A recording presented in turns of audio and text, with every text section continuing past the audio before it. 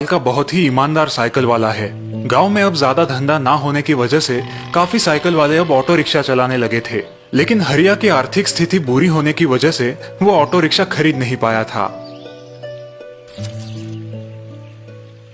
हरिया चाचा, कितने दिन ये 3 पहियों वाली साइकिल चलाओगे? बैंक से लोन लेके ऑटो खरीद लीजिए, मेरी ऑटो भी अभी जल्दी ही आ जाएगी। मुझ जैसे गरीब बूढ़े को कौन लोन देगा बेटा? मेरे पास गिरवी रखने के लिए कुछ नहीं है और अब कितने दिन बचे हैं। सांस चल रही है तब तक चला रहा हूँ। अरे ऐसा मत बोलिए चाचा, आप 100 साल जियोगे। तभी हरिया उसे अपनी जेब से 5 रुपए का सिक्का निकाल के देता है। बेटा, ये तुम्हारे 5 रुपए परसों दवा के लिए कम पड़ रहे थे तब लिए थे तुमसे।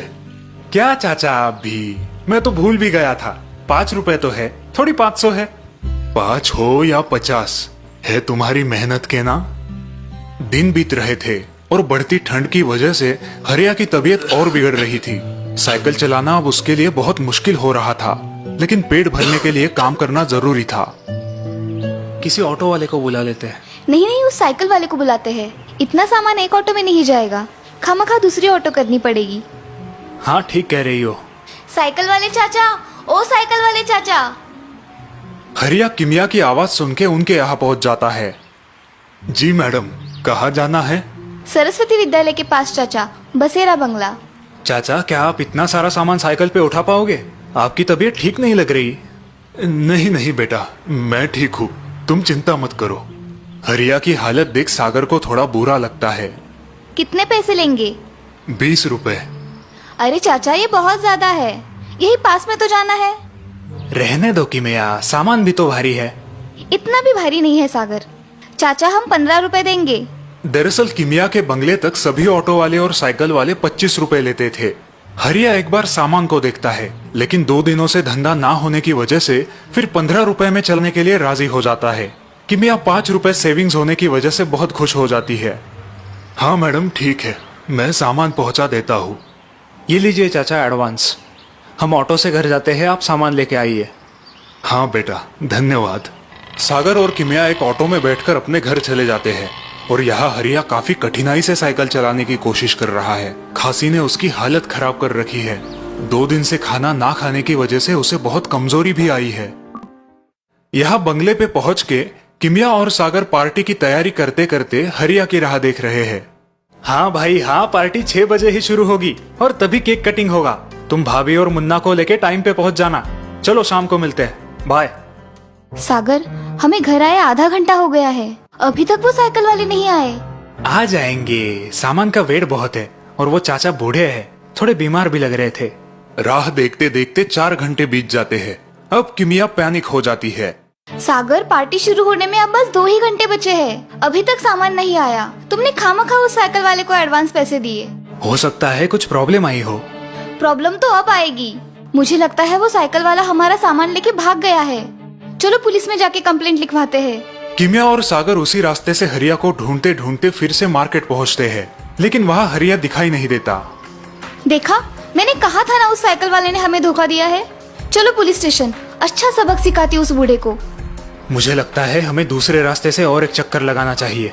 वहाँ नहीं दिखे तो पुलिस स्टेशन चलेंगे। किमिया और सागर दूसरे रास्ते से हरिया को ढूंढते ढूंढते जा रहे हैं और तभी मगन उन्हें साइकिल पे उन्हीं का सामान लेके जाते हुए दिखाई देता है। अरे ये तो हमारा ही सामान है। मैंने कहा था ना तुम्हें, उस साइकिल वाले ने जरूर इस आदमी को हमारा सामान बेचा होगा और खुद गायब हो गया है। चलो उससे पूछते हैं। किमिया और सागर मगन के पास पहुंचते हैं। ओ भाई साहब, ये हमारा सामान है, उस बूढ़े साइकिल वाले ने तुम्हें बेचा है ना। अभी पुलिस स्टेशन जाके उसकी कंप्लेंट लिखवाती हूँ। किमिया बहुत उखड़ी हुई है। वो बिना कुछ सोचे समझे मगन को खरी खोटी सुना देती है। मगन बेचारा शांति से उसकी सारी बात सुन लेता है। किमिया शांत हो जाओ, अब सामान मिल चुका है ना हमारा। चलो घर चलते हैं। बिल्कुल नहीं, मुझे उस बूढ़े धोखेबाज साइकिल वाले को सबक सिखाना है। चलो पुलिस स्टेशन। किमिया गुस्से से आग बबूला हो गई थी। उसे बस धोखेबाज हरिया को सजा दिलवानी थी। मैडम प्लीज आप शांत हो जाइए, आपको बहुत बड़ी गलतफहमी हुई है। क्या मतलब? मैं गलत हूँ? दिन दहाड़े चोरी हुई है और आप मुझे शांत रहने के लिए कह रहे हैं? मैडम, हरिया चाचा ने ही मुझे आपका सामान आपके घर पहुंचाने कहा है। बसेरा आप ही का बंगला है ना? जी हाँ, मतलब हमारा सामान चोरी नहीं हुआ है, लेकिन वो चाचा कहाँ है? मैं अपना काम खत्म करके घर लौट रहा था, तभी रास्ते में एक पेड़ के नीचे मैंने हरिया चाचा को देखा। वो बहुत कमजोर दिख रहे थे और जोर जोर से खांस रहे थे। अरे चाचा, क्या हुआ? आप ठीक तो है? नहीं बेटा, मुझसे अब ये साइकिल चलाई नहीं जा रही। क्या तुम मेरी मदद करोगे? हाँ चाचा, लेकिन पहले आप डॉक्टर के पास चलिए। ये सामान वामान रहने दीजिए, चलो हम अस्पताल चलते हैं। ऑटो। अरे ऑटो। नहीं बेटा, ऑटो। बेटा रुको। मगन सुनो, ये सामान गिराही के बंगले पे पहुंचाना बहुत जरूरी है। पहले ही बहुत देर हो चुकी है और मैंने उनसे एडवांस भी ले लिया है। लेकिन चाचा, वो छोड़ो, तुम ये 15 रुपए रख लो और जल्द से जल्द ये सामान उनके बंगले पर पहुंचा दो। मगन की बात सुन के किमिया और सागर को बहुत बुरा लगता है। मैडम, आप बिना सच्चाई जाने खामखा हरिया चाचा पे गलत इल्जाम लगा रही थी। सच बात तो ये है कि उनके जैसा ईमानदार व्यक्ति हमारे पूरे गांव में नहीं है। बिल्कुल ठीक कहा आपने, ईमानदारी की कोई क्लास नहीं होती, वो इंसान के कपड़ों और ओहदे से नहीं जांचनी चाहिए।